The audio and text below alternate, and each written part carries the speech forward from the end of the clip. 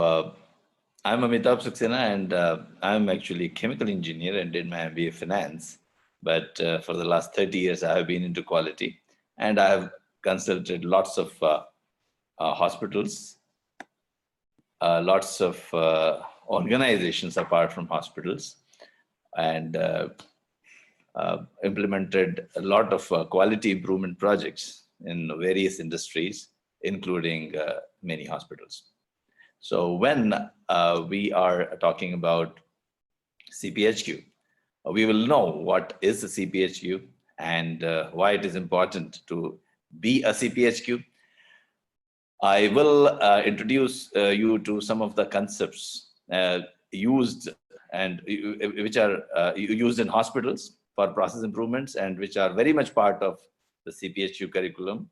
And if you plan to give the NAHQ examination, which will lead to Cphq certification for you, you would be able to easily pass the examination. The overview of this whole program, of course, I'm trying to give you an encapsulated format of some of the topics which we are going to cover, and maybe some of the statistical topics which people find most difficult to understand. I would cover them in a little bit of more details, and some of the topics which are easier, relatively easier, I would say, we would be even covering them, but we'll not, go into the details of this. I'll just touch upon them, and I'll also give you a brief overview of how you can study for Cphq examination if you are planning to appear for one. So, so let me share my screen, and so let me introduce you to the organization. We have been doing lots of training programs around the world. And for the last 14 years, in fact, we are completing 14 years of our operations. We got, of course, established in Europe, and then, of course, done lots of trainings around the world. And over the last 14 years, we have consulted for many organizations, including lots of hospitals. And Lean Six Sigma, project management, and Cphq trainings have been our three main offerings which we are known for. And we have got a very good brand name in Middle East. Just to prove that I have done training programs worldwide, I have clicked some photographs, but sometimes small batches, sometimes larger batches, sometimes, I always show this photograph in all my trainings, telling that this is the first ever batch of Lean and Six Sigma Black Belt I conducted in Saudi Arabia, and that was the first ever batch conducted in anywhere in the world. Anywhere in Middle East. Anywhere in the world in Middle East, and any one person in the world in Middle East, I would say. Okay, and this wasn't done in hospital. So this is the photograph, which is very near and dear to my heart. And of course, I've done trainings for lots of hospitals since then. This is a hospital from China and lots of Saudi hospitals. We have done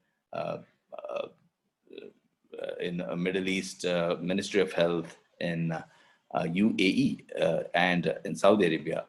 They are our client, Ministry of Health, Vietnam, and in India, as well as some of the other countries. In UK, we have done NHS, some consulting for NHS as well. And one hospital in US also, we have done some improvement projects. So yeah, we have got good experience, and I will try to, take you through lots of, I would say that a lot of slides. I'll try to teach you as much as possible in shortest possible time, especially the statistical topics, which people find it difficult, because most of the people, Cphq is not a very easy exam. But yeah, if you are with us, of course, it becomes easy, but it is not so easy. And most of the time, the people find difficult is the statistical part of a Cphq, because obviously, being in hospitals, you're aware of patient safety, you're aware of a lot of operations related to hospitals and healthcare. Even sometimes I would say risk management also you might be aware of, but statistics is something which most of the healthcare professionals are not in very much in touch on a day-to-day basis. So that part we emphasize in our training programs, and that also explains the high percentage of success of our students who take training from us. Try to introduce you to the right now to the basic structure of the Cphq examination first. So the idea would be to give you a little bit of background of what is Cphq exam conducted by NEHQ, and if you're planning to take that exam, how to prepare for that, a little bit of background on structure of the exam, and then I will talk about the various topics which you should master if you are planning to write a Cphq examination. So let me take you through the topics first. It is divided into 4 main topics: organizational leadership. Then we have healthcare data analytics, and then performance and process improvement, and patient safety. Yeah. So these are the 4 major topics which a person who intends to pass the Cphq exam should know.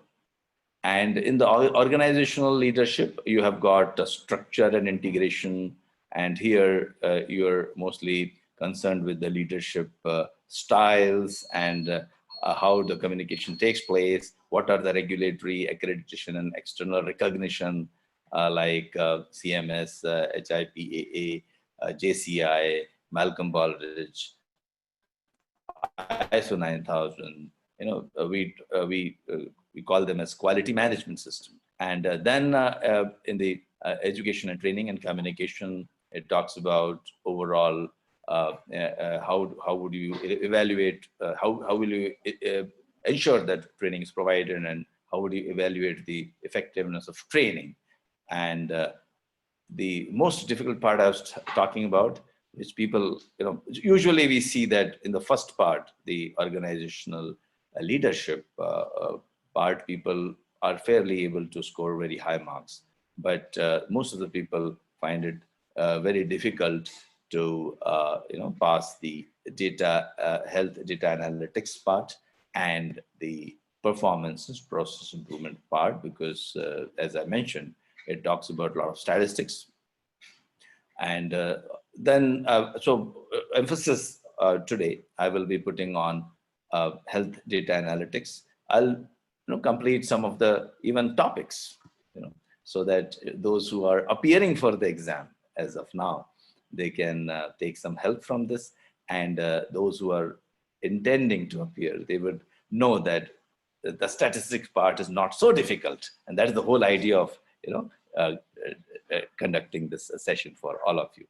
Many of the people who were in touch with me before the program, they told that I should emphasize more on this. So performance and process improvement, it talks about different tools and techniques like PDCA, focus PDCA, Lean, Six Sigma, Fmea, failure modes and effects analysis. So I will try to take you through all these tools and techniques. As I told you already, so it has got 4 parts: organizational leadership, health data analytics, performance process improvement, and patient safety. And usually it's prestigious to gain a Cphq certification because as a healthcare professional, you bring together data analytics, performance improvement, risk management, patient safety, and much more, and helping others to see the bigger picture. And most importantly, you would like to improve the processes of the healthcare and also improve the patient satisfaction. And all of these things result in usage of quality tools and techniques, and understanding how the quality framework can be implemented in a healthcare system. It comprises of 140 questions. Just to give you a very brief, it comprises of 140 questions, and out of this, 125 questions are used to compute the score, and remaining 15 are treated as pre-test questions. Because you will not be given score, but you won't know which of these 15 questions are pre-test questions. So you have to actually answer all the 140 questions. So you should know that when 15 questions are not going to give you any score, you should be very careful that if one of the question is very difficult, you just move on to the next question. And that is a trick of passing the exam, because don't get stuck with any particular one question. Okay, so I think instead of talking about the exam, let me talk about more about, because exam information, you can get it from any HQ website always. So let me talk about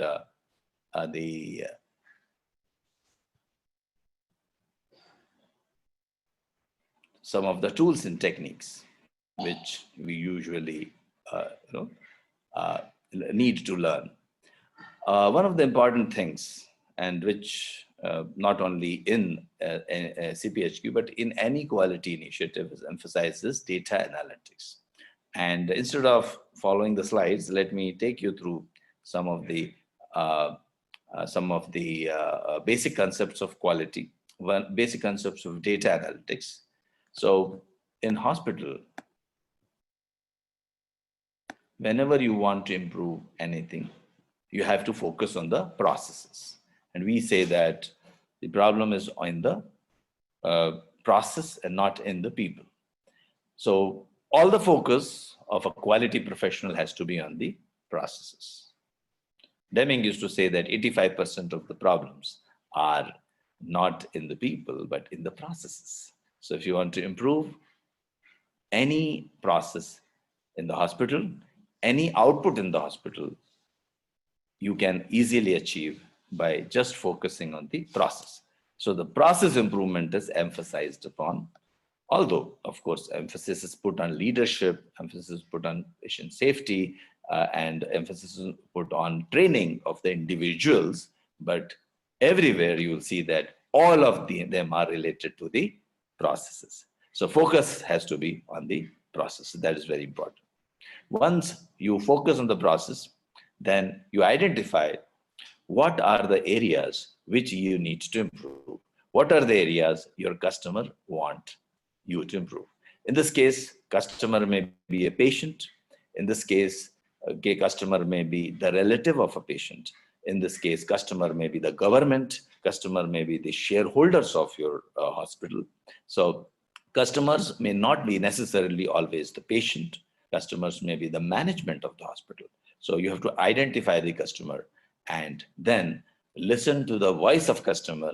And once you listen to the voice of customer, you have to identify what are the areas the customer want you to improve.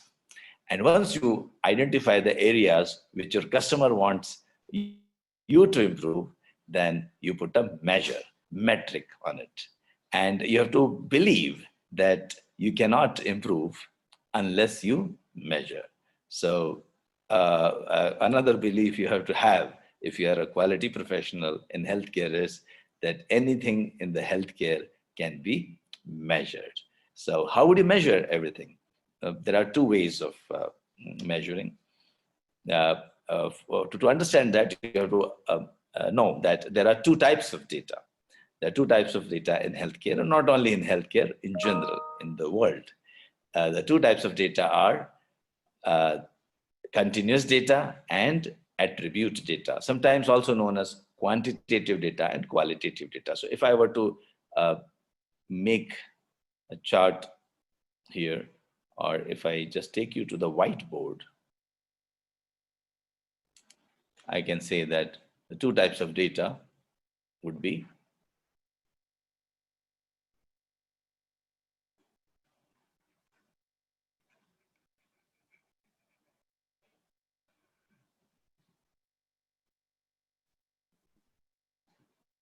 continuous or quantitative data. We call it as continuous data, and attribute data. The reason you have to learn about the data is because this is the basis of knowing which tool you are going to use. So as a Cphq professional, you will be learning a lot of quality tools and techniques, starting from run chart, control charts, scatter diagrams, box plots, t-tests, analysis of variance, and Pareto charts, and Ishikawa diagrams, which is also known as cause and effect diagrams. So all these things, I'll try to take you through all these graphs and charts as much as possible in the shortest possible time. But before we do that, you have to understand the two types of data, because later on you can see the logic of using a particular tool or technique. So you can use the particular tool or technique once you know the type of data.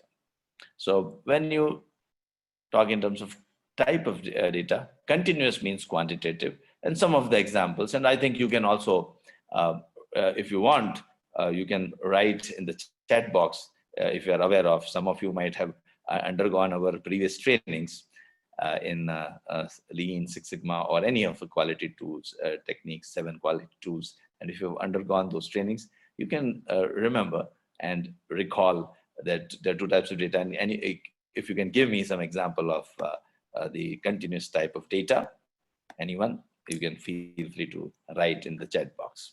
Examples of continuous data. Yeah, some of the examples is height.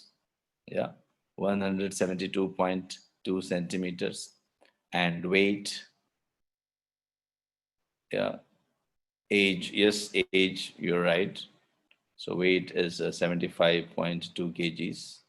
And age is, okay, I can give my age, 52.2 years. Yeah.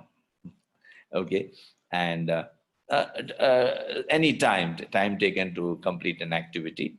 Say, for example, time taken to complete any activity like lab, get time taken to get a lab report, delivery time.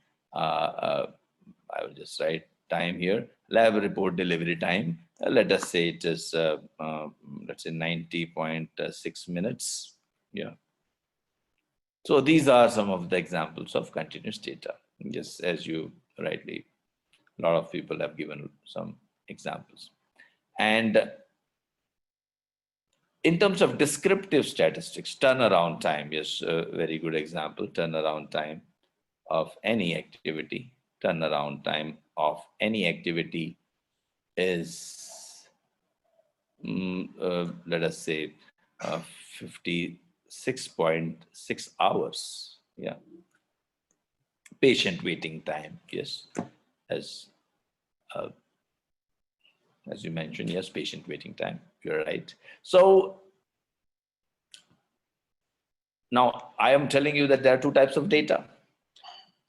And on these data also, there are two types of statistics. We call it descriptive statistics and inferential statistics. So the descriptive statistics just describes my performance, my current performance. It just describes how my process is looking like today. And if I'm talking about descriptive statistics will just display the current status of my process. So descriptive statistics,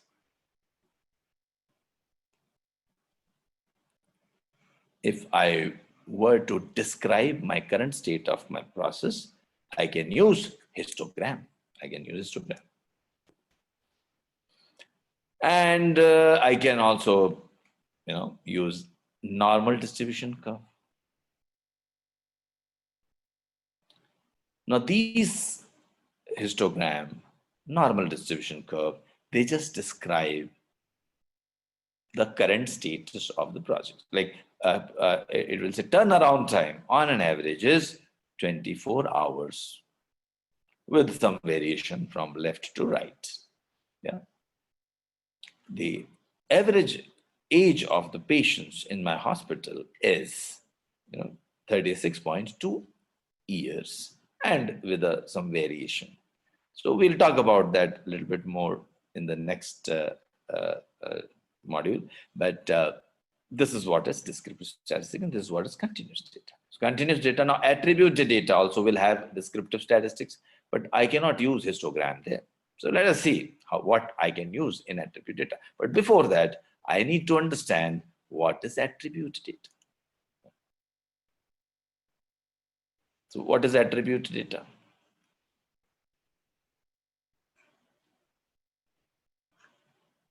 Attribute data is anything which you feel is difficult to measure. It is not difficult to measure, but you feel that it is difficult to measure. It will always have a count and it will always have a proportion. Yeah.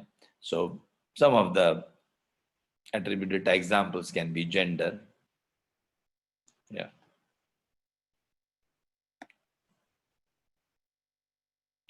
Color, yes. Size, patient satisfaction, yes. So as Saida told, color or size. So if I take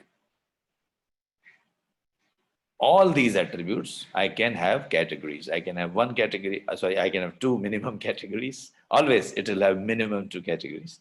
Yeah. And let's say 30 males and 20 females, and proportion would be 0.6 and 0.4. Yeah. It also, talks about, patient satisfaction. Let me take one more example, patient satisfaction. And patient satisfaction, I can have two categories, satisfied, dissatisfied.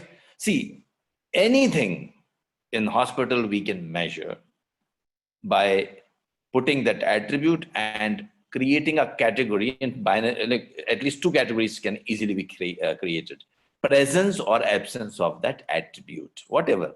You may think a lot of things are difficult to measure in hospital, but easier way of measuring anything in hospital is put that attribute, whatever you want to measure, that attribute, put it under the attribute, like here in this case, patient satisfaction. And the very, very basic measurement would be in two categories. We call it binary in nature, presence or absence of that attribute. So presence of satisfaction or absence of satisfaction. So in this case, it will be satisfied or dissatisfied. Or I can even expand it in three categories or five categories. So let us say if I am expanding into five categories, so it will be like very, very happy, very, very highly satisfied patient, and satisfied, and neutral, and dissatisfied, and you have got extremely dissatisfied patients. And then I checked with 100 patients, let us say. So very, very happy 60, 20 were happy, 5 were neutral, and then 10 were not happy, and 5 were extremely dissatisfied. And then this will be my proportion. Now, all the data analysis, the basis of data analysis on type of data which you are using and what type of analysis you are doing. Either it is descriptive or it is inferential. So if it is descriptive, like for example, if I just want to know that in my hospital staff, the gender distribution is male and female, 30 and 20, let us say, in my department, let's say. So I cannot use a histogram here. I will have to use a bar chart, or I will have to use a pie chart. Yeah. But here I can use histogram. And one more thing I can use here. Yeah. Here I can use a run chart. We call it like run chart, where this line is the median. Median is the line which divides the data into two equal halves. So half of the data is above that and half of the data is below that. So median can be easily calculated. Nowadays you have got softwares. You can easily calculate. You don't have to do much calculations. Although while appearing for Cphq exam, you are expected to know basic calculations like mean, median, and mode. If time permits, maybe I'll talk about them. But I think let me talk about something advanced statistics, because I'm assuming that many of you may be knowing about mean, median, and mode. And if you are not knowing about it, on our Anexas channel, on my YouTube channel, I keep putting a lot of videos like the one. This video also will be soon. You will see on YouTube, and I'll be putting on YouTube, and you can always see that this.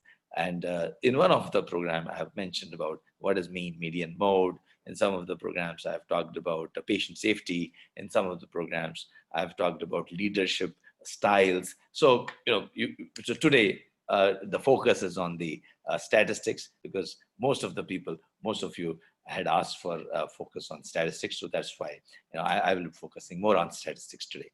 And I also told you that most of the people fail when they appear for the Cphq examination. They fail in the statistical topics. So let me emphasize. So here we are talking about a run chart. Here I can also have control charts. I'm just describing the process. It is not telling why I am like that, but it describes. It has control limits. I will explain to you what is control limits in a moment. Okay. So here I can also use sometimes Pareto chart. If I just if the categories are related, let's say departments, a number of patients coming to various departments, and I arrange them in descending order. Let us say, so department A, department B, department C, department D, number of patients being treated by various departments. And if I arrange this in descending order, I can also make Pareto chart. Pareto also helps you to understand the 80-20 scenario, like 80% of my patients are handled by maybe department A and B. So first two together, this is first, and then first 1 and 2 together is let's say somewhere here, and the first 3 together are somewhere here, first 4 are here, and let's say I have got 5 departments, so 5. So this is the cumulative line, I would say, and easily I can find out this is 100%, and 80% of my patients are being treated or are going to department A and B. So my focus can be on department A and B for any improvement. Just an example I'm talking about. A and B and C and D can be defects also, errors also, types of errors. Which types of errors are occurring in my hospital most of the time? Again, you can do a Pareto analysis. So whenever you're talking about errors, frequencies, counts, you'll be using bar chart, pie chart, Pareto chart. Now, I talked about the descriptive statistics.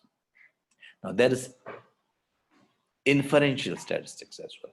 There is inferential statistics, and let me talk about the inferential statistics as well. So inferential statistics would be, yes. So here, if let's say, is gender is related to height. Height and gender, are they related? Or weight and gender, are they related? Or patient satisfaction, is it related to turnaround time? Yeah. So, are patient satisfaction related to age? So when I want to infer, or is age related to weight? Or age in children related to height?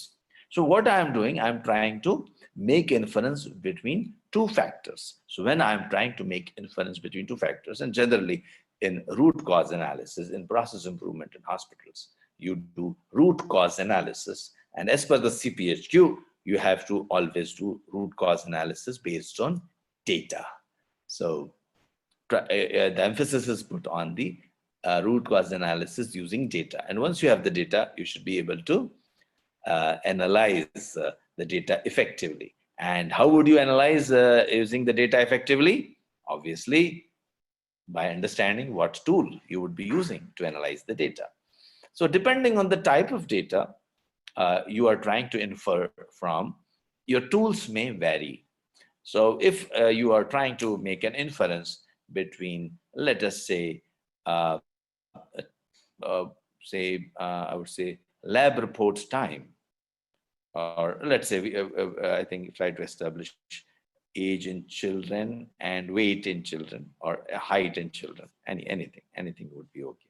So let's say height in children and age in children. So both are continuous data. So if I'm trying to establish a relationship between two variables, whenever I am trying to establish relationship between two variables, I will name them as y and x. Y is usually what I am interested in, what I am interested in improving, and x is the factor which is affecting my y, which is affecting the parameter which I want to improve. Here in this case, obviously, there's no improvement involved when I say, height, in children.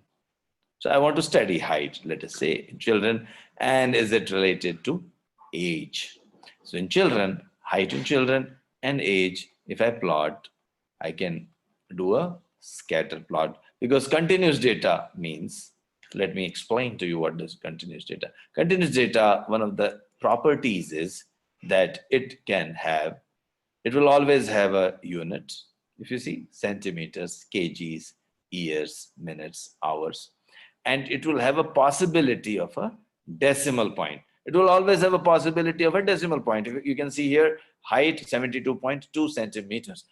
Height may be 172 centimeters also, but there is a possibility of decimal point. So when this is there's a possibility of a decimal point, you usually find that it would be continuous data. But in attribute data, you will not have, say, 30.1 males. Yeah. So there is no possibility. The data is always discrete data. Yeah. So this is one way of also understanding. Infection rate. Sometimes people say that it is continuous data. No, it is not continuous data. It is attribute data, because the rate is actually a proportion. Yeah. So rate is proportion, and what is the attribute we are talking about here? Infection. And what is the category? Infected, not infected. Yeah. So it is attribute data. Now here also although I told you that you can make a control chart here, even in descriptive statistics, you can make a control chart of your defectives or defects. So I'll talk about in brief what is control chart. So here you will be plotting your defectives, or number of defects, the proportion of defects, and here you will be plotting the actual reading, height, weight, etc.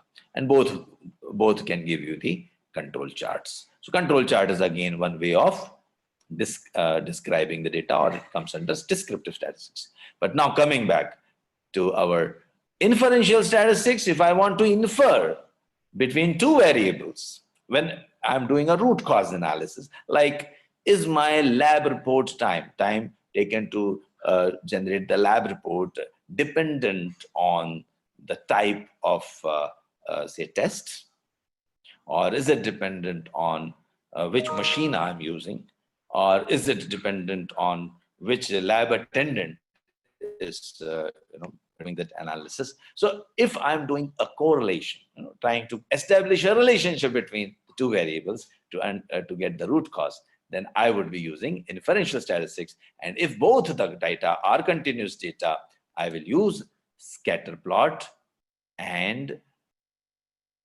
this is scatter plot, and also regression. Yeah. And when I'm doing regression, I will always get, I'm just summarizing all these tools for you. I'm not going into the details because of obviously the time being limited. I'm just touching upon these tools and techniques just to give you an overview of all the tools and techniques in our Cphq training sessions, which is a 3 days session plus a lot of like it runs into 6 to 7 days. So 3 days is the theoretical sessions, the way I'm giving you. And after that, we have practice exams for around 2 to 3 more days. But it's not like continuously, we make you to answer or write the exams. It's a 2-hour modules, as per your convenience. So you have to tell us, like, in the groups that 5 people will be joining for this particular 2-hour session. So 2-hour session, you can always schedule with us, and together we solve some Cphq examinations. That's what we do when we are when we are training you in the Cphq preparation examination. So coming back, yeah, y is equal to a plus bx. Y is equal to a plus bx is the equation you will always get. So here, for children, I would get age is equal to now minimum, when age is 0, let us say. So minimum, the child is some centimeters. Yeah. So I'm just making assumptions. Obviously, it's all depends on the data. We have to actually collect the data, and based on the data, so it's a 40 plus, and then some value, which of course should be obtained by collecting the data, and then I would say, sorry, so I would rather put here as height, because height is my y. So height is equal to 40 plus something into age, and I can even predict, depending on what is the growth rate, and this slope of the line. I'm not going to the detail, but maybe I'll show you. I'll take an example in Minitab. I'll use the software, and when you do a Cphq training with us, we give this software for free to you, the demo software, which you can help you to do all the analysis, using this tool. And the best part is, you will be able to understand the real concepts of the whole statistics. And I'll be demonstrating towards the last half an hour. I will be taking you through all these tools and techniques very quickly, how it can be done using Excel sheet or software. So that will help you to crystallize all the things which you are learning. So this is your, the equation which you will be getting. Let's say if it is, I'm just putting some value here. Let's say it is 4. So I can predict the height of a child, that at the age of 2, what will be the height of the child in centimeters. As I said, these are just assumptions. There's nothing related to the real data. You don't use this regression equation to calculate the height of children. So this was about just an example. If both are continuous, you will be using scatter plot and you'll be using regression. Then, of course, there are some more important things which you learn in regression, which is known as R-square. R-square value means it tells you how much, what percentage of the variation in your y can be explained by variation in x. So higher the R-square value, better is the equation. So if it is 80%, 90% means, wow, 90% of the variation in, let's say, patient waiting time can be explained in the variation in the, let us say, lab report time. So if patient waiting time is equal to some 40 minutes plus 4 into lab report time, means every 1 minute of lab report, adds on to 4 minutes of my waiting time. So I'm trying to briefly, very, very briefly, trying to explain the concepts here. So scatter plot regression is when both the data are continuous. Now, if one data is continuous and one is attribute, then I cannot use scatter plot. So here, let us say, if I were to use, of course, one more scenario, sorry for that. Let me even give you one more scenario. In adults, height in adults and age, you will find there is no relation. Yeah. So even if I get a regression equation, R-square will be very low. So in this case, I would say that, well, there's no relation. And this x is not related to y, or x is not the root cause of y. So some examples would include discharge time of patient in the hospital,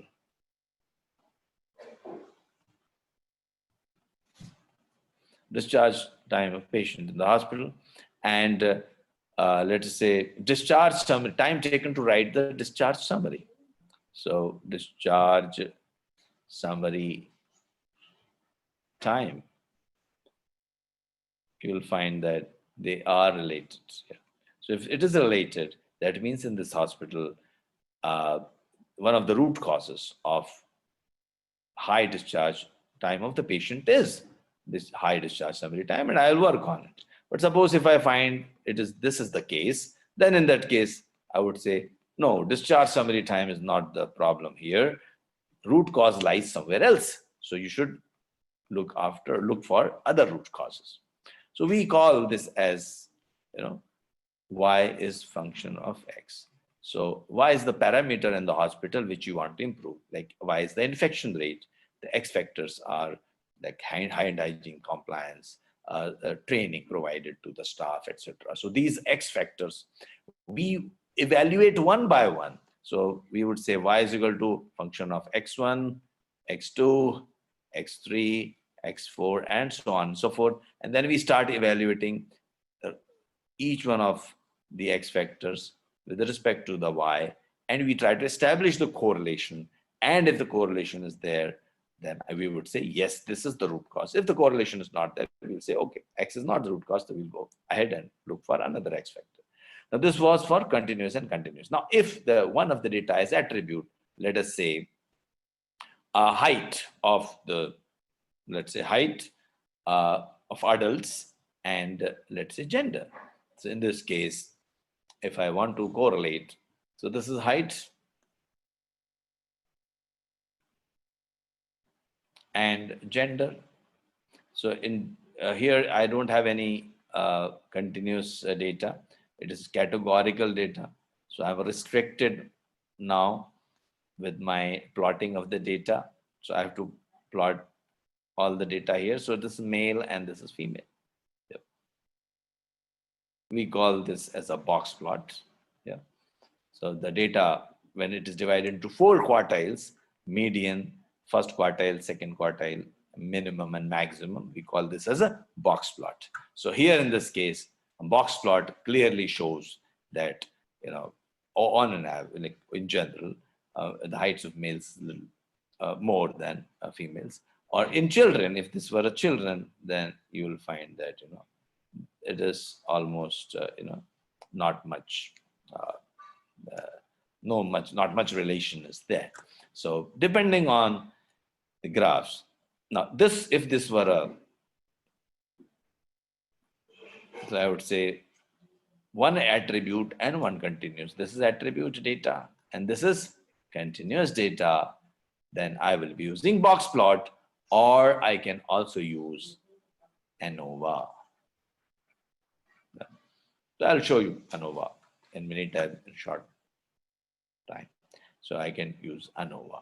So depending on the type of data I'm dealing with, I will be using the required tool. So you learn all these tools: run chart, control charts, box plots, scatter plots, ANOVA, t-test, chi-square tests, proportion tests, Fmea. I'll give you a background on Fmea as well. I will teach you Fmea also. So Fmea is also one of the important tools used in quality, in healthcare quality.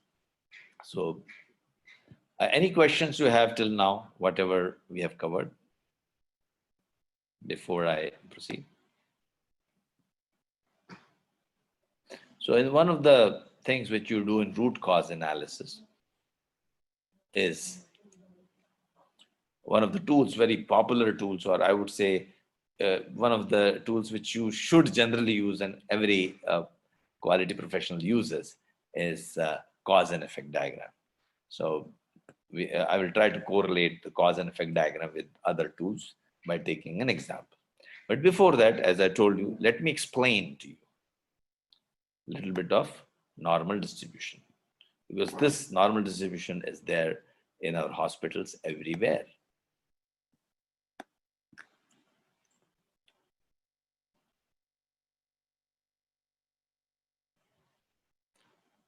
So most of our processes in the hospital they follow normal distribution. It is known as normal distribution because it is normal to obtain a normal distribution. Now, it is also known as Gaussian curve after Mr. Carl Friedrich Gauss, who found these patterns around him or everywhere. And then in 19th century, he came out with the concept that every data, whenever, every process, any repetitive process will have an average and it will also have a standard deviation. Say, for example, if I take patient waiting time in my hospital. So if I collect the data, one patient waited for 15 minutes, one patient waited for 35 minutes, one for 30 minutes, another for 25 minutes, 20 minutes, and so on and so forth. And let's say one waited for 40 minutes. So in this case, I would say that on an average, let's say patient waited for 25 minutes. And every data will have a standard deviation also. There is a formula for standard deviation, so I'm not going to discuss too much about how to calculate the standard deviation at this point of time because it will take away around 20 minutes of our time. But in our class, we even derive the formula for standard deviation so that you will never forget that. Sometimes, there might be a question of calculating the standard deviation. Although there are rarely such questions asked, most of the questions are related to applications of the concepts. So you should know the concepts and you should be able to apply these concepts. And many of the questions are related to 2 or 3 topics, like something would be related to patient safety, then and leadership, or leadership with the process improvement. So all these intermingling of topics sometimes might be confusing, but of course, once you go through the whole session, that confusion is not there.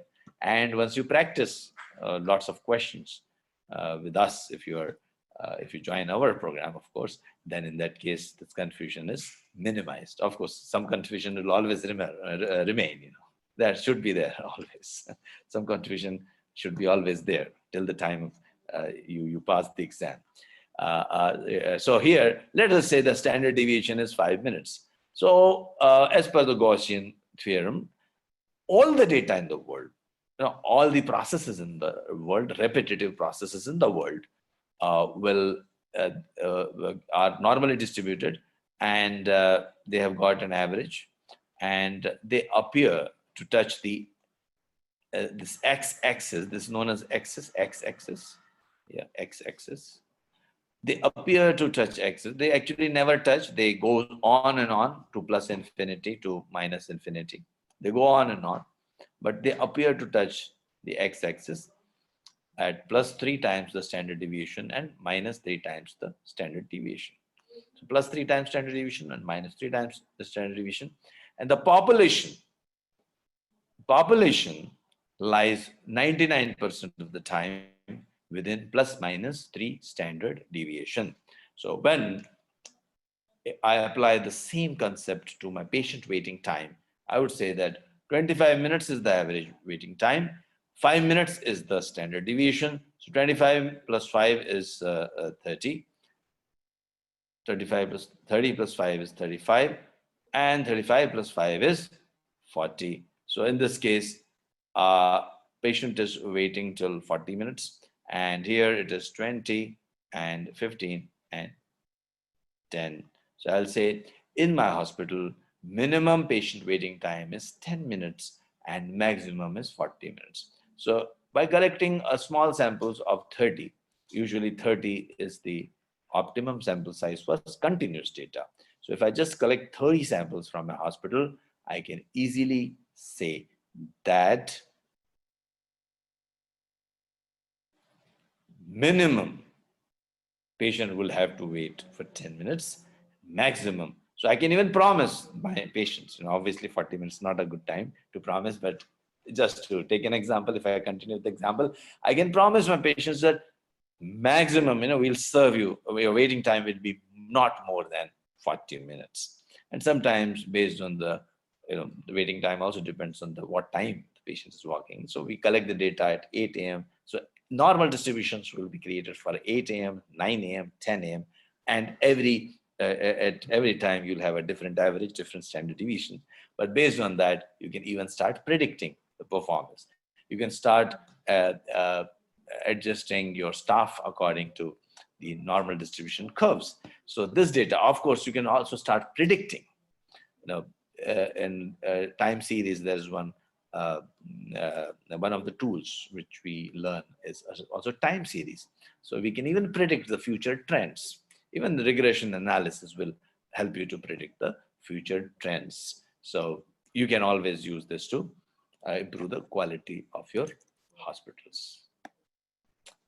-3 sigma limit is known as lower control limit, and upper control limit is known as UCL. LCL and UCL. So if I want to just put it as a chart, control charts, I can say that 10 minutes to 40 minutes, we call it as upper control limit, and 10 minutes is lower control limit, and average X bar is 25 minutes. So patients would usually wait between 10 to 40 minutes. So if I keep collecting the data of my patients, most of the patients, 99% of the time, patients will be within this. You will find some patients going above or even below this, but we call them as a special cause. So it is something like, if I ask why this patient waited for maybe 120 minutes, some patient might be waiting for 120 minutes also. So why he waited for 120 minutes? So using a cause and effect diagram, you can always say this is a waiting time, right? So waiting time, there can be lots of reasons. Doctor not available. We have got, lab report was delayed. The documents were missing. A report was incorrect. If you are a private hospital, then in that case, billing delays, pharmacy delays. So many things, which will lead to high waiting times.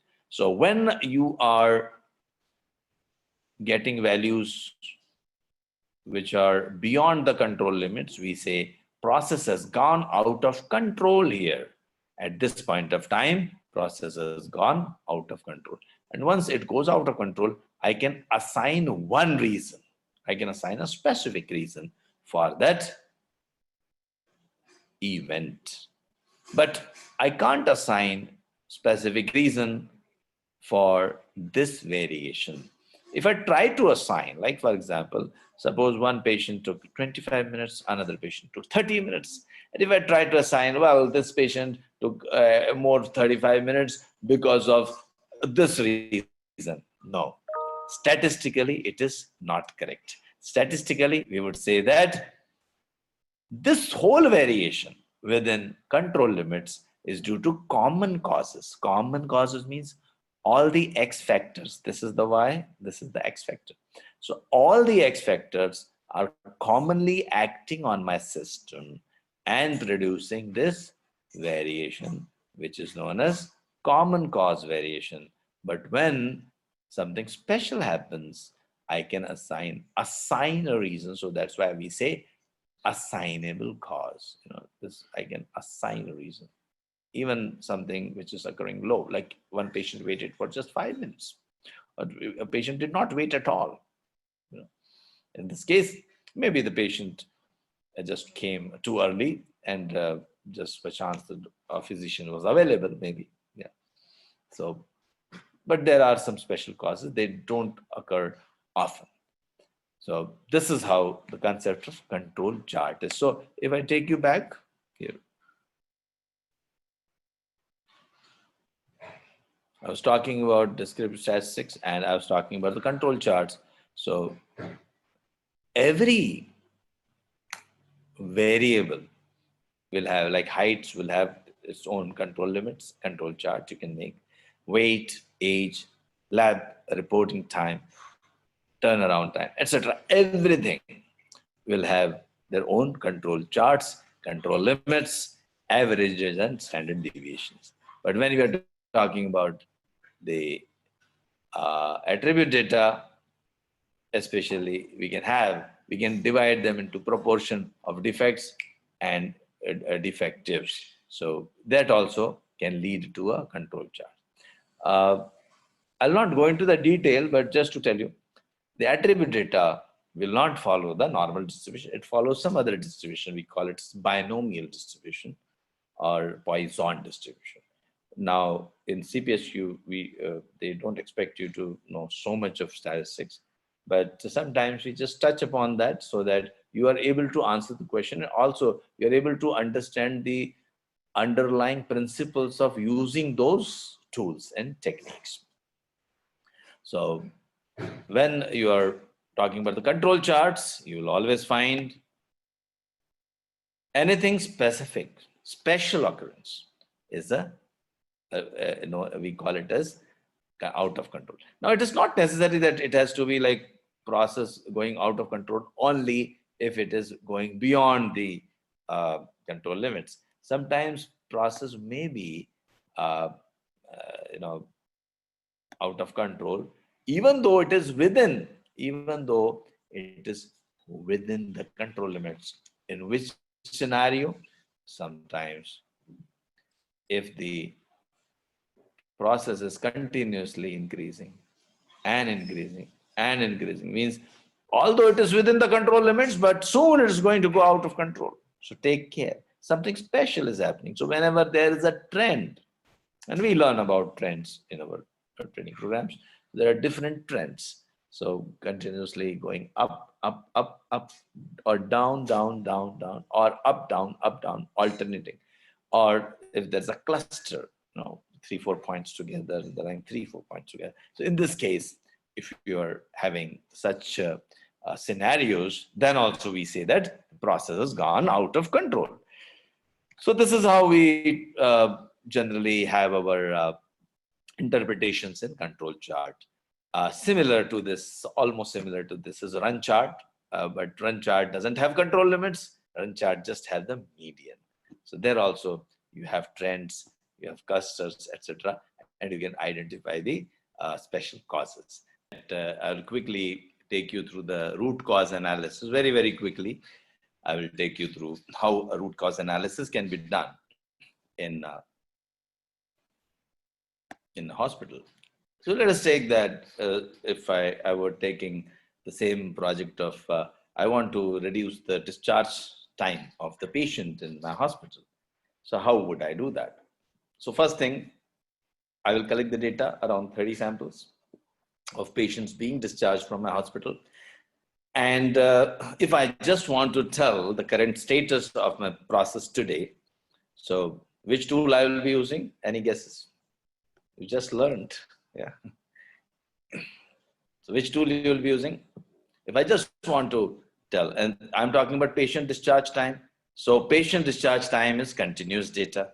And I want to just describe how the patient discharge time looks like in my hospital. So in this case, I will be using histogram, or the 2-3 things we learned: histogram, normal distribution, or I can also do control charts. Yeah. So let us do that. So I've got the data here. If you want to expand the data at any point of time, there's a plus button there on the right side. You can expand it on the screen, and otherwise just focus on the flow of the tools and techniques. So this is continuous data. I can quickly do a histogram.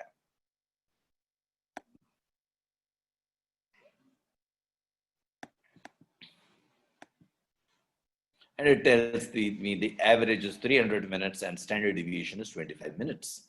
Yeah. And mean is 303, which is average, and median is 300. When do we use median?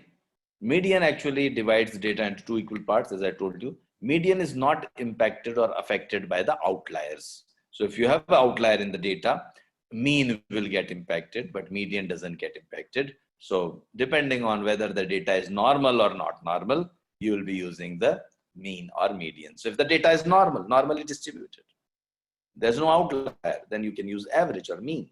But if the data is non-normal, it is normally not normally distributed, it has got a lot of outliers, then in that case, mean will not be your correct measure of central tendency, then median should be used.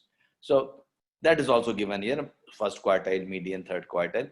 And the data, like a top view of the histogram, if you look at the histogram from the top, it looks like this box. So minimum, then, it's like, like a data. If you look from the top, then it will look like a box. Yeah. So this is the box plot of the same data. It divides the data into four equal parts, quadrants. So this is Q1, first quartile, means 25% of the data lies within that. 25% of the data lies between Q1 and median, and 25% lies between median and Q3, and maximum. So that is what is known as box plot. So this just tells you how what is the current status of your patient discharge time, but doesn't tell you why it is high. So you would like to do a root cause analysis. So you can do a cause and effect or Pareto analysis. A cause and effect diagram. We also call it as Ishikawa diagram. So let us do that. So I will do a Ishikawa diagram here. So I've listed down, I got a team of people. And usually when you are doing a cause and effect diagram, this is how it is done. Let me show you. So invite the people, give them post-it notes, and they write the causes on their post-it notes. And sometimes it helps if you brainstorm using different branches of your cause and effect diagram, which is man, machine, material, methods, measurement, environment. So if you want to make it, and people, so man, machine, material, environment, or mother nature, and measurement, all these things can be used as the means of brainstorming. So tell people to think of all the possible causes which leads to your in this case discharge time delay, and based on that the team has brainstormed. So man related causes they have listed down, machine related they have listed down, material related, method related, measurement, and environment related. And then quickly, things are easy nowadays. You have all few clicks, all the softwares are available. Few clicks, you can do all the things. So you have a fishbone diagram. You can do a fishbone diagram. Now you have your causes ready. Now you will give these causes to the people who are helping you to collect the data. So let's say I've got two of my colleagues in my hospital, maybe one physician, two nurses, or one person from administration, or maybe one person from IT department, whoever is willing to help us. We give them this cause and effect diagram. We tell them, well, these are the possible causes of our patient discharge delay. Now, whenever there is a delay in patient discharge, and most of the time you see that they are delayed, most of the time they're taking 3, 4, or 5 hours, assign a cause to that particular delay. So whenever you see that there's a delay, so here first a patient was due to reporting not accurate, second was discharge summary was delayed. So a lot of things you are writing down, and also one more thing. One patient may be delayed due to 3 reasons, so you can write 3 times, no issues. So you write that down, and once you do that, you can do Pareto analysis. Vilfredo Pareto was an Italian economist who found that 80% of the wealth in Italy was with 20% of the people. And he called this as 80-20 rule. And Joseph Juran, he applied this to quality, and he said that 80% of the problems, whatever you are trying to solve, is due to 20% of the X factors. So if I go back to my cause and effect diagram. So whatever is your problem here, here discharge time, right? High discharge time. If I have listed, say, 20 X factors, only 20% of that means only 4 X factors are responsible for 80% of the delays in discharge time. So I will not work on all the 20 X factors, only 4, the top root causes, which are responsible for 80% of my delay, I will be focusing on. This is known as prioritization. So there are various ways of prioritization. Pareto is one of them. So if I use a Pareto, let us say I use a Pareto. Let me use a Pareto. So very quickly again, we teach you how to do Pareto, etc., how to read a Pareto in our training programs. But right now, I'm just giving you an overview. So I'm just putting it here as, sorry, run chart I made.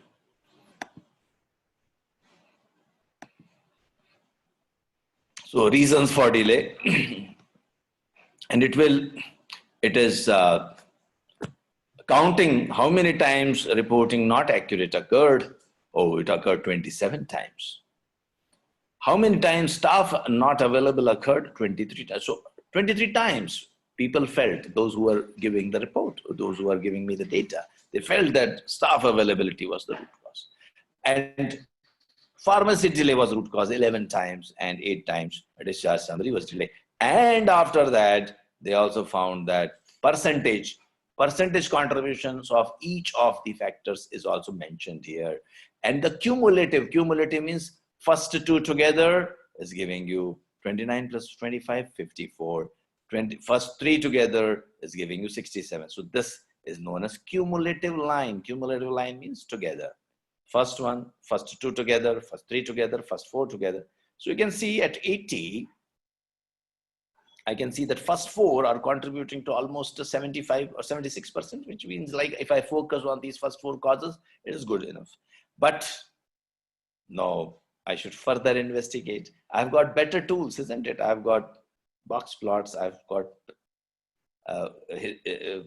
scatter plots, I've got regression, I've got ANOVA, and so many tools are there. So I will definitely make use of them. So how to do that? I will go back and collect further data on these 4 root causes. The top 4 root causes I will collect. So reporting accuracy was one of them, staff availability was one of them, pharmacy time was one of them, discharge summary delay was one of them, and discharge time is the Y, which I am trying to improve. So these are my X factors: discharge summary delay, pharmacy time, staff availability, and reporting accuracy. All these X factors I will investigate one by one against my Y, that is discharge time. So discharge time, is it affected by reporting accuracy? Is there any correlation between these 2 factors? Let us see. One is attribute, reporting accuracy is attribute, and discharge time is continuous.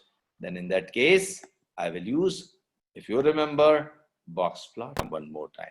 So reporting accuracy, so discharge time versus reporting accuracy. Let me see. I will do a box plot.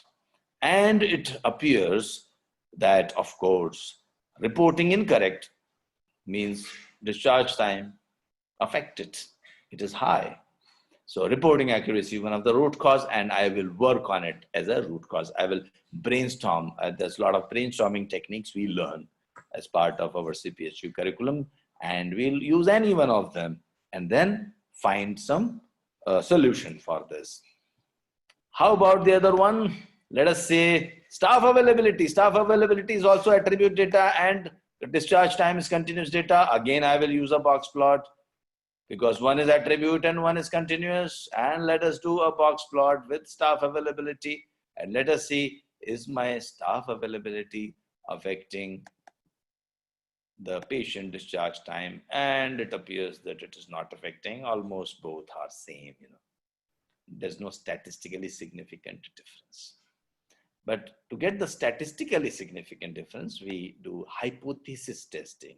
So in the hypothesis testing, what we do is we create 2 hypotheses: null hypothesis, alternative hypothesis. Null hypothesis means not affecting the X factor, like here, staff availability. So null hypothesis, staff availability is not affecting the discharge time. That is null hypothesis. And what is alternative hypothesis? Staff availability is affecting staff availability is root cause. So, and similarly, I will put reporting time or reporting accuracy, physician availability, lab test time, pharmacy time. All the X factors, I will do a hypothesis test one by one. Null with everything is not affecting. Alternative is affecting. My whole idea is to prove that it is affecting. That means I want to reject null hypothesis. Now, what is null? Not affecting. My aim is to, by collecting the data, I want to reject null. And I'll say, no, it is affecting. That is what I'm trying to prove one by one. And when I get, wow, I've rejected null, means I'm happy, means I've got the root cause. So that is one way of doing it. If the p-value, every hypothesis test will give you p-value. So when it is attribute and continuous, remember attribute and continuous, I use a box plot, or hypothesis test will be ANOVA. So I do ANOVA, and ANOVA will tell me whether depending on the p-value. So let us say, let me do with discharge time, with what you want, reporting accuracy, let us say. So the p-value,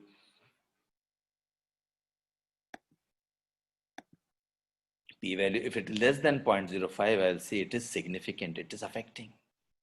P-value is less than see here, it's 0.01, it is less than 0.05, means I will be 1% wrong if I reject null, means I'll be only 1% wrong if I say that it is not affecting. So it is affecting. That means it is affecting. Means I can say confidently, 95% confidence. With 95% confidence, I can say, yes, reporting accuracy is affecting. Take an action there. But how about staff availability? Staff availability, let me do an ANOVA. And if p-value is less than 0.05, I will say yes, affecting. If it is more than 0.05, I'll say sorry, not affecting. Staff availability. And obviously it appeared from our graph also, it is not affecting. Let us see, p-value is high, more than 0.05. So that means staff availability is not the root cause. And even the graph was telling us the same thing. We could have listened to the graph also, but we just validated using some hypothesis tests. We tell you what is the significance of hypothesis, because hypothesis test is going to make a fairly good prediction about the whole population using a small sample. So that is the whole trick of using the hypothesis test. Now, coming to our discharge time versus discharge summary delay. Is it impacting? Now, both are continuous. I will use scatter plot. If you still remember, I will use scatter plot, discharge time versus discharge summary time, and using a scatter plot, it affects, it appears, it affects, it is correlated. So that means, if I reduce the discharge summary delay, let me do something about it. Let me tell our physicians to change the process. And that's what this hospital did. They changed the process of writing the discharge summary, and drastically they reduced it. And if I can do a regression also, if you remember, regression equation, I can even predict. So here, discharge time and continuous data is discharge summary time, and I can get a equation. So here discharge time is equal to 200 plus 1 almost time discharge summary delay. So I can even predict the discharge time if I know the discharge summary delay. If the doctor is taking 60 minutes, I can say, well, 60 plus 200, the patient will take 260 minutes to get discharged. Now, all X factors you can collect and create multiple regression. You can put as many X factors as possible. So these regression equations exist in your hospitals. They are all there in your hospitals. You have to just collect small sample, 30, 40, 50 samples, and you can reveal those equations. and you can better manage your processes based on data rather than logic or intuition. So that really helps you to improve your processes drastically. We call it breakthrough improvements. So you also learn as part of the Cphq things like lean, things like Six Sigma, PDCA. PDCA means plan, do, check, act, given by Deming. So there's not time to describe all these tools to you, but methodologies to you, but very quickly, maybe towards the end, I'll show you a Lean Six Sigma PDCA project, combination of that, which uses many of the tools which we learned today. So that I'll do it towards the last 10 minutes. But before that, I promised you to show one more thing here, p-value. Let me look at the p-value also. Discharge summary delay. What is the p-value? Oh, it is 0. See, 0 means it is affecting. Discharge summary delay is affecting. And if I do it, trust me, if I do it for, maybe I'll not do it right now, but if I do it for pharmacy time, it is not affecting. Or let us do it. Just take a few clicks. Why not? So pharmacy delay is a pharmacy delay impacting my discharge time of the patient. Oh no, not impacting. And if I do a regression also, it will tell me that, well, it is not impacting. P-values also. I can do together also. Let's see, discharge summary delay plus pharmacy delay. But now let me do it one by one. And it is p-values higher than 0.05. That means it is not impacting. And R square is also very low, 24 hours, sorry, 24%. And in the previous case, it was 95 or so. It was like, let me see here how much it was. It was 98% it was. So that means discharge summary delay is very, very important root cause. But here in this case, 24% is not that important root cause. So I'll focus more on discharge summary delay and I'll forget about the pharmacy. I'll not spend my time in, assigning blame to pharmacy. Pharmacists must be very happy. So every time people blame pharmacies, HR, all the IT, these are the common departments to be blamed for all the problems in the hospital. Okay, I'm just joking, So here, so these are, this is the one way of doing the applications. I just wanted to show you some applications of the tool so that you can see the correlation. So all these tools you are learning. Not only statistical tools you learn. Oh, one more, Fmea, I will just show you. So Fmea is failure modes and effects analysis. All the hospitals, in fact, if you are JCI accredited hospital, it is mandatory to use Fmea for all the new processes. So Fmea is failure modes and effects analysis. You imagine how you will fail. So if, let me see if I can get one theory of Fmea for you. Yeah, the slide of which has theory.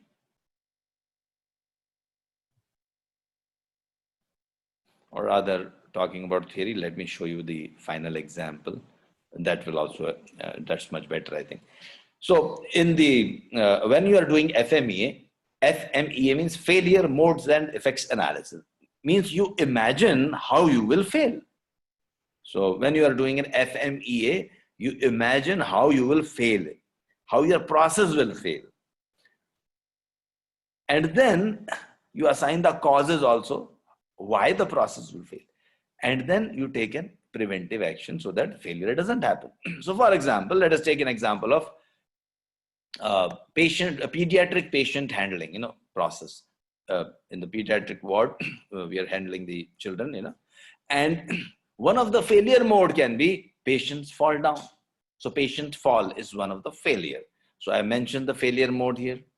If you want, I can increase the font size. But if I increase the font size, you can't have the bigger picture. So I want also you to see the bigger picture of the whole thing. So process, failure mode. What is the failure mode? Patients are falling down. What is the effect of that failure? Effect of the failure is injury. How severe is the effect? So severity rating I have to give from 1 to 10. So 10 means very, very severe. 1 means not severe at all. No one is concerned. Nothing happens. So here severity is, let's say, 8. 10 means very, very severe, means almost leading to death. But here in this case, it can be 7, 8. So we have given 8. Then you have to write the causes. What are the causes? If you want, you can ask for, you can get your FMEA sheet from, go to Google, or you can ask us as well, or you can create your own FMEA sheet by seeing this program one more time later on.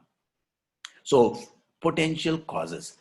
What is one of the causes? Lack of awareness of family, lack of awareness of staff, wet floor, medication, and occurrence rating. You have to give occurrence rating to each one of these causes. If it occurs every time, it is 10.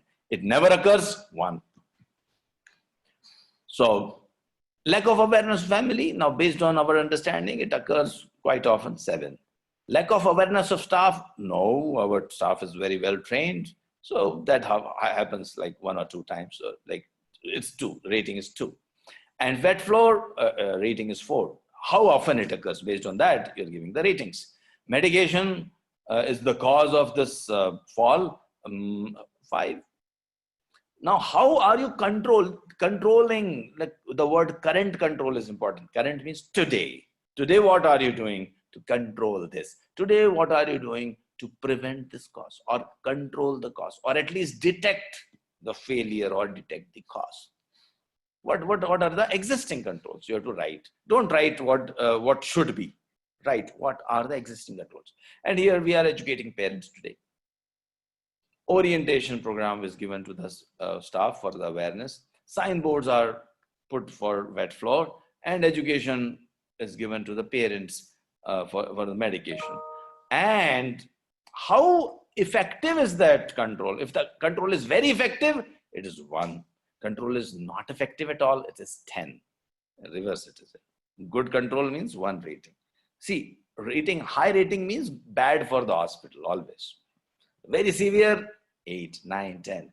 Every time this cause is occurring, 9, 10. Control is very bad, 9, 10. So educate parents. How effective it is? Well, not very effective. We educate the parents, but still then they ignore our instructions. That means 8.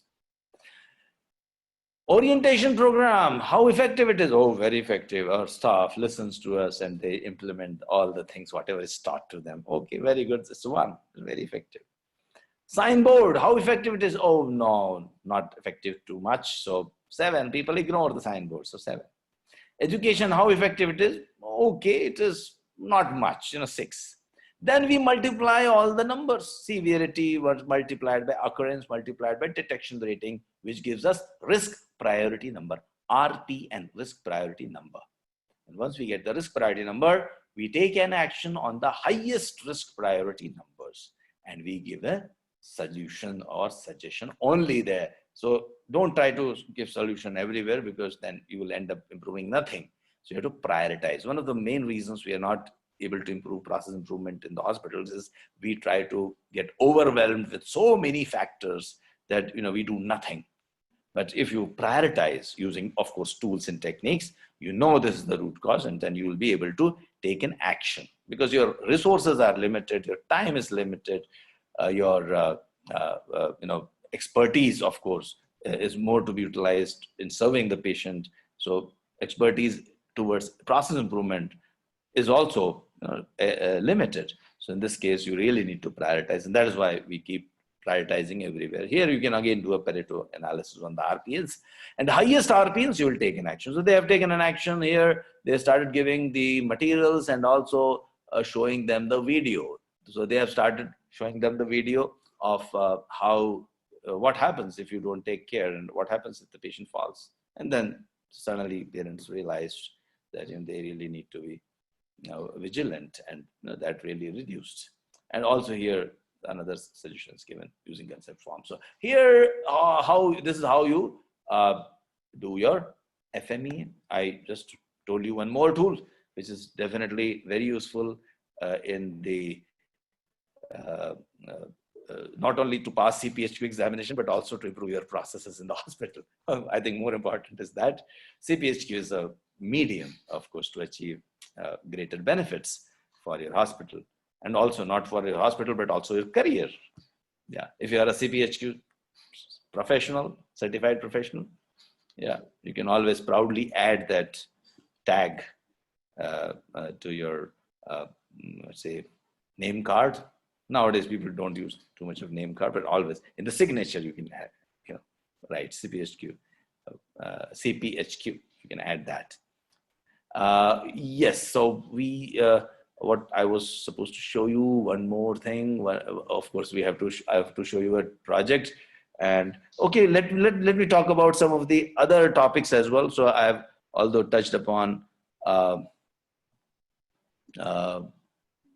Maybe I'll show you one, maybe Six Sigma project will take you through that as well. Let me talk about, let's say, leadership, something related to leadership, maybe principle like leadership. So organizational leadership is also one of the one of the important topics. So we learn different leadership styles like bureaucratic, autocratic, diplomatic, participatory. Of course, there's no time to discuss all these things, but bureaucratic means, bureaucratic, that. Autocratic means, listen to me, that's it. Diplomatic means, I have already decided everything. I'm the boss. I have already decided everything, but I still say, oh, what is your opinion, etc. But finally, I'll go with my opinion. So I'm just joking. Okay, so that is diplomatic. Participatory means, I involve everyone to get the decision and make a decision based on the inputs. Democratic means we take a vote. So participatory means I'm inviting participation, but finally I am taking a decision as a leader. But democratic means whatever the people decide, I'll go with the majority. Laissez-faire means, let the things happen, go on their own. Let's whatever happens, let us see. Charismatic means you have got one special quality, and you, based on that special quality, maybe you are a very high profile surgeon, and then people respect that so much. Then in that case, that is known as charismatic, and they feel that, and they listen to you. Empowering means empowering others. Transactional means do the good work, I will give you something. Transactional. Transformational means you transform the whole team. That's one of the best leadership styles. And by the way, nothing is good, nothing is bad. Depends on the situation. Yeah. So very quickly, and also some of the other tools. Let me talk about very quickly. I have got not much time left, but maybe risk management also is one of the things. But let me talk about some easier topic. We have talked about too much difficult topics. So this was just to tell you Cphq is not that difficult. So team stages. You must have heard of that. Forming, storming, norming, and performing. So whenever you're forming a process improvement team, first you form the team, but team will not immediately start focusing on the objectives of the project. There'll be storming, and there'll be like a little bit of conflicts, or people will start, they come to know each other, they question, they have a lot of questions, why I'm there in this team, why he's made the leader, etc. And then after that, norming happens. Everyone is now ready to work, and then performing starts. So a good leader knows that, and he or she doesn't expect the things immediately. When you form a team, you have to allow some time to undergo the forming, storming, norming, and then you should be ready for the performing. So that was one of the simple tools I was talking. So not only statistical tools, high-end statistical tools, regression, ANOVA, definitely it is there, but you have got simple tools as well. They are all very interesting. There's motivational theory also, and there are different types of motivational theory, which you learn. You may have heard of need theory, expectancy theory, equity theory, procedural justice, a lot of things. So that is one. Patient safety, anyway, you have undergone so much of patient safety training that I'm not touching upon that. That will be like, you'll not hear anything new from me. And patient safety, all the topics related to patient safety are very easy, and all the questions related to patient safety are very, very easy in the exam.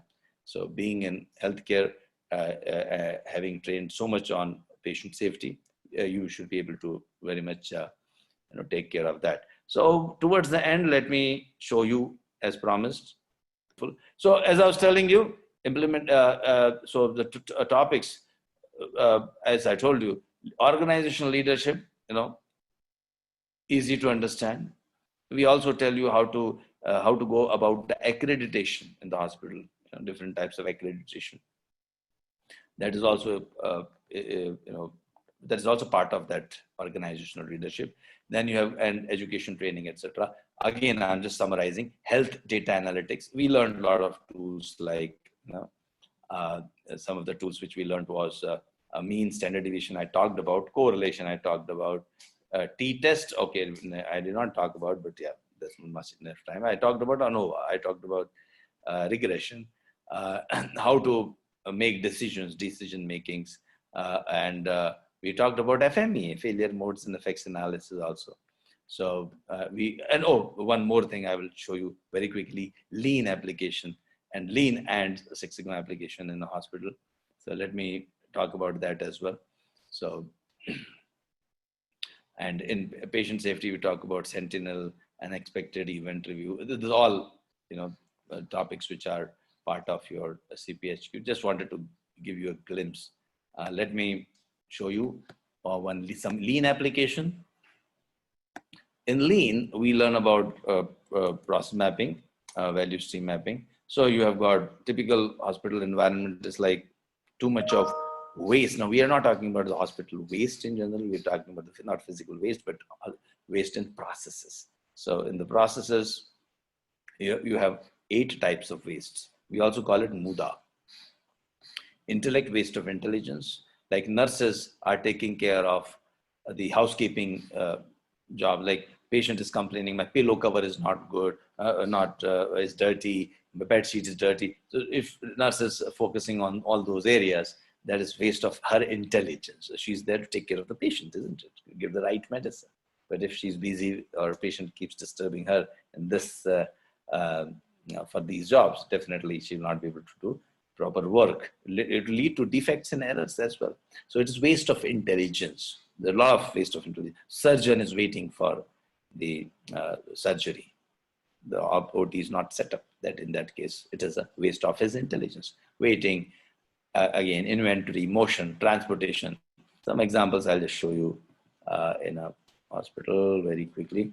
So here, when we do a value stream mapping, we identify the values, value added and non-value added steps. Non-value added steps are those steps, or wasteful steps are those steps which are not done right the first time, which are not adding any value, which are not bringing the process closer to the output, and which the customer is not willing to pay for. So if you do a quick blood test processing time, you'll find that only 2 of the steps are value added, others are non-value added. They can be classified into waste, like walking to a PT department, walking, motion, waste.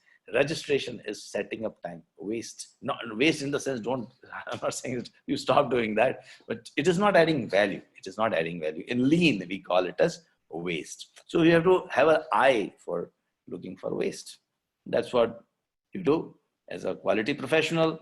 And once you do that, you'll find that a lot of things improve. You can double the cardiology lab capacity from 8 to 16, reduce diagnosis to exam time from 2000 minutes to 64 minutes. These are some case studies. Obviously, there's not much time to discuss that, but just to tell you that ultimate objective of a quality professional or Cphq is to reduce the waste and improve the processes. Some more examples I would maybe show you very, very quickly. Some of the waste example, unnecessary motion, process or motion is an example of waste. Unnecessary waiting, unnecessary transportation, errors, all unnecessary stocks in production. Any equipment not being used is a waste. Just for fun, cost of 5-minute MD walk is $6. It's a waste. Walking is waste. Okay, he will improve his health, by the way, while walking, but otherwise it's a waste. Walk to elevator, 1 minute. Just see, very quickly. So you can calculate so much of waste. Okay. Lab, pharmacy, second floor, radiation equipment, ground floor. If they are brought on the same floor, it will reduce a lot of wasteful motion and reduce a lot of waiting time for the patients, and overall time spent by the patient in the hospital also will be reduced. So these are some examples: waiting time, interruption. Yeah. So, well, let me finish by showing you a very quick project, real project, which will give you an idea of how a typical process, how it is a real application of all the tools. So here's the medicine dispensing time. It's a Six Sigma project. So you also learn part of Lean and Six Sigma in your Cphq training. It's part of your curriculum. So Lean, of course, you will not become a green belt or a black belt. For that, you have to appear for, you have to undergo a different training. We also conduct Lean Six Sigma training for green belts and black belts as a company. We conduct Cphq trainings. We invite you, if you are interested in passing the exams. Lean Six Sigma certification, green belt and black belt, we 100% passing we guarantee. And Cphq, we have more than 500 people have been who are our students, have got certified in Cphq. Our success rate is above 85%. So we would like to maintain that. And now, and another thing is, once you undergo our training, you will also get a chance to again get trained as many times. Whenever we are doing a training, we'll invite you, and you will gain more confidence in all those tools and techniques before you appear for the exam.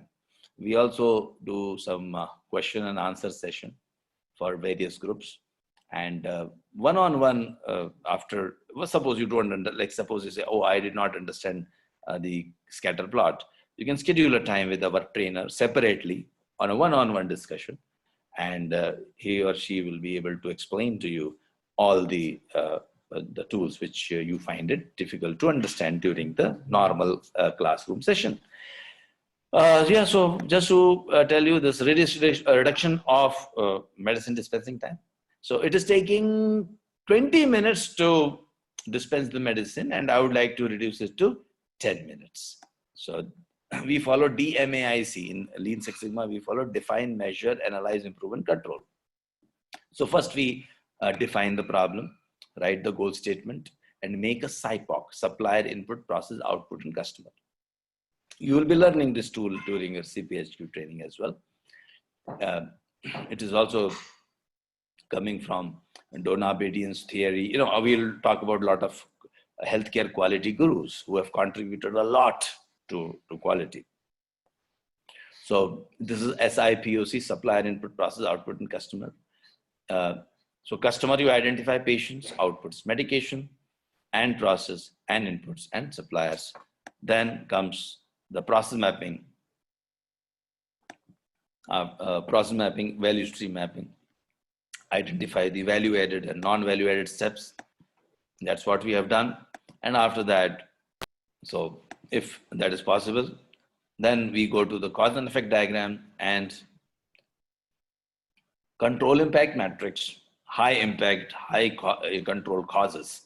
We identify, and after identification, one by one, we try to validate. So our why here is medicine dispensing time. I hope you remember what is why. Why? The output. So why is medicine dispensing time? And X factors are encoding time, number of items, types of clinic, prepared by, preparation time, etc., etc. And one by one, we collect the data, small samples, and then we display the data. How much is the medicine dispensing time today? What is the average? What is the standard deviation? This is how we look like. I could have done a control chart also here. And then I start investigating one by one. Is profiler affecting my time? I will use a box plot. Why? Profiler is an attribute data. Time is continuous data. And I will do an ANOVA, which will tell me p-value was less. Yes, it is impacting. Then scatter plot, number of items versus time. Oh, not impacting. I don't think that number of items is more, that means it will take more time. More medicines, more time. No, it's not like that. It's not affecting. So that means there's no relationship. Here I used scatter because both are continuous. Here, Pareto chart on clinic. Which clinic is impacting the most? Pareto chart. These three: cardiology, spinal clinic, and neurology. They are impacting the most. P-value less. That means it is impacting. Yes, it is a root cause. And similarly, go on preparer-wise. Again, look at the p-values. And this, so one by one, each of the factors is investigated. And after that, you find that these are the top 3 root causes. Out of the 30, 40 causes which we identified, only top 3 are listed here. Encoding time of the encoder, type of clinic, issuing speed of the issuer. And how did we get these causes? Using these tools. And then this is our analyze phase. We are analyzing. Also, we can use 5 why analysis. Ask why 5 times. You will get to the root causes. Then we use solution selection matrix, also known as Pew matrix. You will learn about it. So I have got 3 possible solutions. Which solution I should choose for taking care of high encoding time? So I evaluated all the 3 solutions. Should I provide the training on computer skills, or should I increase the number of encoders, or should I automate encoding? And I found that this one is providing training on computer skills to increase typing speed is the best thing to do. And similarly, I've got for each of the solutions or each of the causes, I've got some solution based on certain criteria. And then finally, I've got the solutions. And after I get the solutions, I implement them. And towards the end, I make a control chart. Earlier, my performance was like this. And after that, I've changed my control limits. Change of control limits indicates statistically significant improvement. So its control limits has to change, isn't it? Like it should not be like if you're here, somewhere here, and again below, you're still within the control limits. No changes happen. Still under common cause. Still you are the same process as before. But if the control limits have changed, that means something special has happened. What is that something special? Your effort. You did a project. That is something special. Because of that, now control limits have changed. Process has got new control limits, and you would like to hold that gains. We call it as control phase. And we do a t-test. I can do a t-test to check whether before and after there is a why t-test. We learn in Cphq. Join our program. Okay, so I think I've got finally, you were able to reduce the medicine dispensing time. So this is how a typical project is done. So any questions you have got, just let me know. And we invite you, of course, my team is telling me, well, sir, invite them. Okay, so we invite you to our training programs. We do conduct training programs, and due to current situation, COVID-19 situation, the costs are very, very less. The fees is very, very less than what it used to be 6 months back, because of course, a lot of non-value added activities like transportation, booking a classroom, all these things have reduced drastically. But you will not miss out the classroom. You will imagine when you attend our class, attend my class, in this case, I'll be your trainer, Cphq. So when you attend my class, you will never find that, it's online session. You'll find it as if we are sitting in front of each other. You'll be answering, you'll be asking questions, I'll be answering. Sometimes it's better to answer a question by writing. In the classroom, people keep thinking, should I ask the question or not? Here you can write, you can ask privately also. There's a thing like you can ask, you don't want to feel like a silly person asking such a silly question. Don't worry, you can ask me privately, and I will answer in general to everyone. So it's a nice experience. We can promise that these classroom sessions are really very good, and you learn a lot. Even though, see, sometimes people don't go for Cphq certification. Still, you get a we will give you a certificate of Cphq trained professional. So you are a trained professional, which itself is a very, very prestigious certificate, which is a good certificate to have. If you don't want to appear for the Cphq examination conducted by NHQ, but we strongly recommend, having learned so much, and once you attend our trainings, having gained so much of high confidence and even gained probability of passing the exam, high probability of passing the exam, why wouldn't you appear for the exam? So we encourage you to appear for the exam. But suppose you don't want to appear right away, right now, after 6 months, one year, fine, that's also okay. Whenever you want to appear, we are there again to help you. Attend our training programs one more time. It's totally free of cost. If it is online, it's free. If it is it's in the classroom, then very, very basic minimal charges are applicable depending on the location. We have our offices in 7 major cities around the world, in Middle East, Europe, in India. In India, we have an office in Bangalore, training center in Bangalore. We have done trainings in Kochi, Mumbai, Delhi, Chennai, and in Riyadh, Jeddah. We have got in Bahrain, UAE, Dubai. You can see our website. Copenhagen, London. We keep doing trainings. Depends on depends on the demand. But nowadays, best to do it in online, and I'm sure you will really enjoy the session.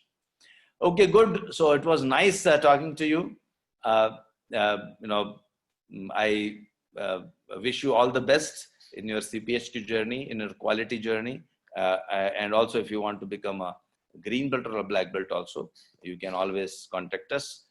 We conduct green belt and black belt certification as well, and even master black belt sessions as well. And also project management, PMP sessions also we conduct. We are also an accredited organization of PMI. We are an REP, Registered Education Provider of PMI US.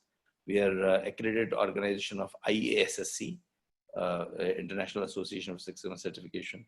And we have been doing trainings for CPHQ, of course, for the last 10 to 11 years. And as I told you, many of the healthcare professionals have passed the examination. So thanks a lot. Thank you.